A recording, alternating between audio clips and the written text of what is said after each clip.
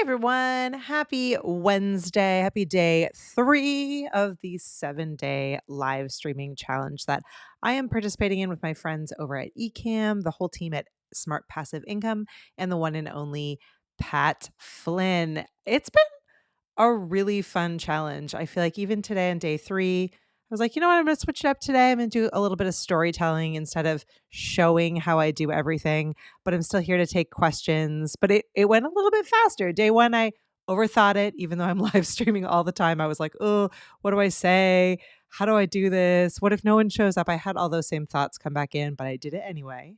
Day 2 got a little bit easier. And now here on day 3, I was like, let's do this thing. Let's tell a story today. So if you are hanging out with me live, the same rules apply throughout this live streaming challenge. I'm going to be here every day about the same time here in the evening on Eastern Coast time. You are welcome at any point to drop a question in about literally anything. Sky's the limit. Can be about my personal life, my work life, podcasting, live streaming, video, anything. I will do my best to answer it. If you leave a question during the replay or send me a direct message or an email, I'm more than happy to answer questions there as well. And if you're like, wait a second, what's this live streaming challenge? We are partnering over at Ecamm with the team at Smart Passive Income to do just a very simple 7 days of just every single day consistently pressing that go live button. It can be whatever content you want. So first 2 days for me, I did kind of a walkthrough of my favorite Ecamm features. And today I thought, well, one of my favorite Ecamm features is our community, which we talk about all the time, the Ecamm fam. They're one of my all-time favorite parts of the tool and of what I get to do. And so I thought I would tell a story about one of my all-time favorite podcasts, which is called Obitchuary. Not for the A Week of Heart. So if you don't want to listen to talks about death and some silliness and some craziness and some swearing and everything in between, not a show I would recommend for you necessarily. If you are into that, it's incredible. Definitely check it out.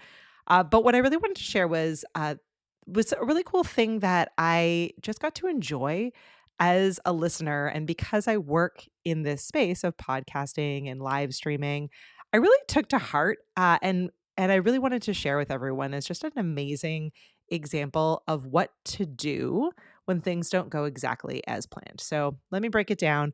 And Spencer Madison, if you are listening or stumble your way across this live stream or this video, it is such a joy listening to you and spending time with you week after week on Obitchuary, on Cult Leader, and on Gossip's Bridal. So thank you so much for all that you do. And you've given me a great opportunity to tell a story. So Spencer and Madison are very good best friends, and they do a number of shows together. One of them is this show that is called Gossip's Bridal.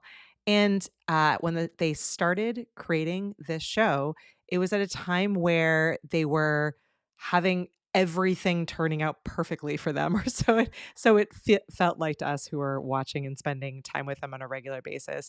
They had just had their book go to, I think, number 1 or very high up on the New York Times bestsellers list.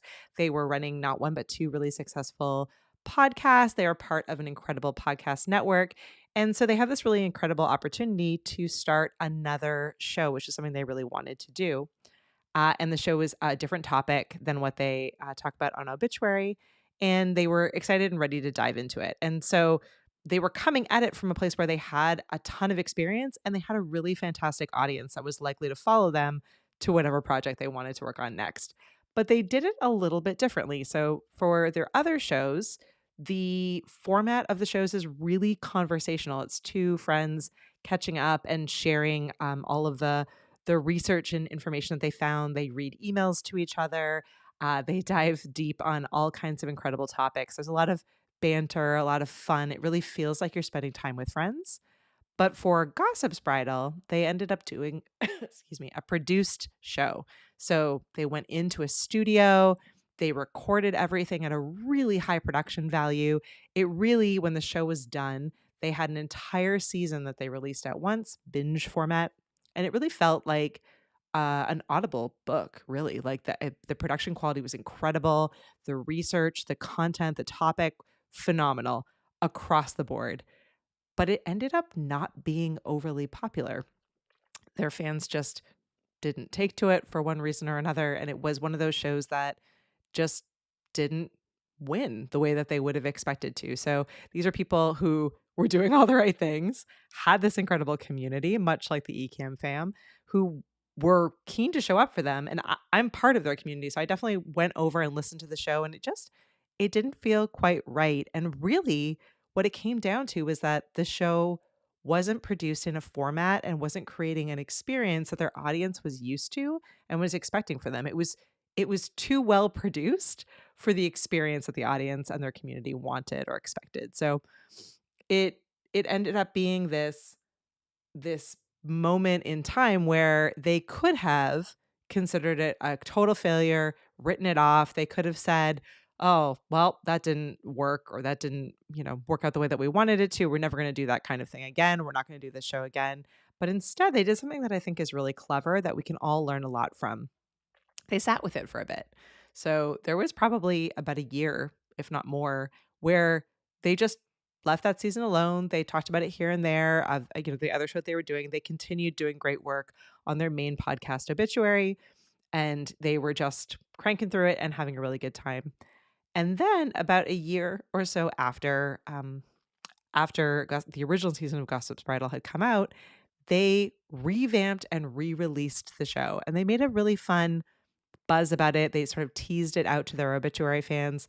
But the way that they teased it out, they were really listening to their audience, and they were like, "Hey, you know what? This didn't work. This failed. You guys didn't love it the way we thought you would. We're not going to redo that season. It exists. It's out there in a way that you can consume it, but we're going to rethink this show, and we're going to bring it back to you in the way that you expect. So we're going to do it in a way that feels very us. It's conversational. It feels really friendship driven. We're going to welcome you into this space, and we're just going to gossip and have a great time doing it." So they brought the show back in the exact same format that they do Obituary and that Spencer does Cult Leader. And as someone who typically doesn't watch a lot of gossip shows or reality TV, the topic and the content of this show doesn't even really relate to me. It's not something that I know a ton about. The shows that they're talking about and the concepts that they're talking about aren't overly relevant to me. In fact, the original season of Gossip's Bridal, the content was probably much more relevant to me, but the format of it was such a turnoff, and the format of what they're doing now was so what I expect, that I actually will listen to that show week in and week out just because I really like to spend time with them, and because it feels very real and personable and like I'm spending time with friends. And at a time right now, at an age where we have a trust deficit and everyone is kind of wondering what's real, I think it was really very, very smart of them to make that change and to dive deep and to listen to their audience and to know what was really working about their other shows and be willing to say, "Hey, you know what? We're going to pivot and we're going to do it the way that you all want it. And we're going to be really proud of that work," without taking away from any of the hard work that they put into the season that they released. So I just wanted to share that story. I probably am not going to stay on a ton of time today unless questions pop up or anyone wants to chat about anything here in the live streaming space. But if you're just jumping on, I see a couple people popping in and out. I am participating in Pat Flynn, SPI, and Ecamm's 7-day live streaming video challenge, which is actually, if I'm being honest, I think the first time that I've fully signed up and done this. I think I've dabbled here and there as I've helped to market some of these events in the past, but this is my first time really jumping in and participating consistently every day for 7 days. Feels really doable, and I'm really enjoying just having it feel very casual and flexible. So testing it out. I'm going out right now to LinkedIn, to Facebook, my personal Facebook page, and then also my newer YouTube channel that I'm trying to think about what I want to put up there and what I want to grow there. So I just thought it was a great opportunity to kind of share this story, because I thought in how I was going to approach coming live each and every day.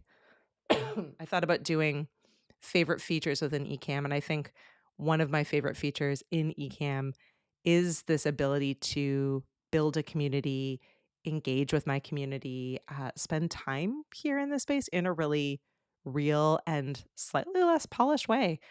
And the more that I do that, the more that I embrace that, the bigger difference it makes. So if you're brand new to all of this, you stumble across this video, I just want to say that it can feel really daunting to get here into this space of live streaming, but it's also a really safe space and a really fun space and allows you to be really creative. So hopefully hearing a little bit about the incredible work that Spencer and Madison are doing over on Obitchuary and with their Gossip Bridal podcast will help inspire you a little bit to say that even when things are going absolutely perfectly and all of the stars are aligning and you decide to take on one more thing and it crashes and burns, does not mean that it was the wrong thing to do. It just requires a little bit of thought, focusing on your community and what they expect of you, and doubling down on what you know works. So in their case, it made a big difference to create a show in the format that made what they're doing so special. So just being themselves, being really conversational, a little vapid, a lot silly,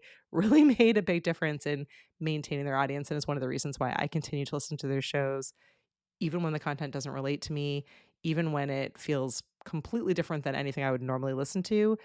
I have a connection now with that audience. And I think that's what live streaming really can do.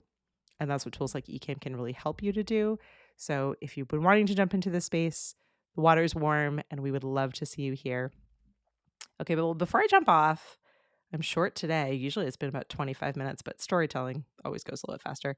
I just wanted to jump on quickly because I know that over here on LinkedIn, LinkedIn, I can never see the comments. So I'm just going to pop here. Okay, good. I don't see any comments coming through there. So I just want to always make sure I'm double checking. But I see two of you are hanging out with me and watching. So thank you so much for spending your time with me.